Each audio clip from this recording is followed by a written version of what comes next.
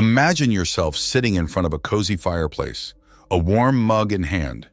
You're about to embark on a journey, not out into the world, but into the fascinating workings of your own mind. Have you ever found yourself doing something that felt out of character? Maybe you love animals yet couldn't resist that hamburger.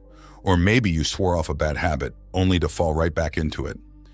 There's a name for that feeling of inner conflict: cognitive dissonance. Cognitive dissonance is like a pesky alarm in our brains. It goes off when our beliefs don't line up with our actions. Imagine trying to fit two mismatched puzzle pieces together. That uncomfortable feeling of something's not quite right, that's dissonance at work. So why does this happen in the first place?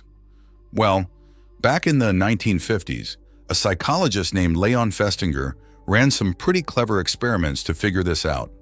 In one of them, people were asked to do a super boring task, then lie and tell others it was interesting.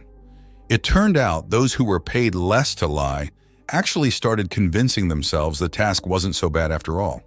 Their brains worked overtime to justify their actions and ease that dissonance. But let's bring this out of the lab and into our everyday lives.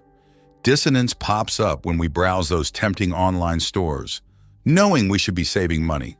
It's there in those heated discussions with relatives whose viewpoints differ wildly from our own. And yes, it even plays a role when we make choices about our health, sometimes leading us down a path we know isn't the best one. And it gets even more interesting. Cognitive dissonance doesn't just affect us as individuals, it shapes our society too. Think about those echo chambers on social media, where we only see stuff that agrees with what we already believe. Or consider how political polarization makes it almost impossible to have constructive conversations about tough issues.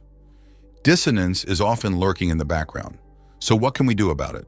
The first step is awareness, noticing those moments of mental discomfort, and instead of brushing them off, ask yourself, are my beliefs and actions out of sync? Am I making a bunch of excuses to justify something? Once we start tuning in, we can become better critical thinkers. Challenge your assumptions. Are you dismissing information just because it doesn't fit your worldview? It's okay to shift your perspective as you learn. That's growth. Overcoming dissonance is about stepping outside your mental comfort zone, and it might mean making some tough choices to bring your actions in line with what you genuinely believe. It won't be perfect. We're all human, and some inner conflict is inevitable.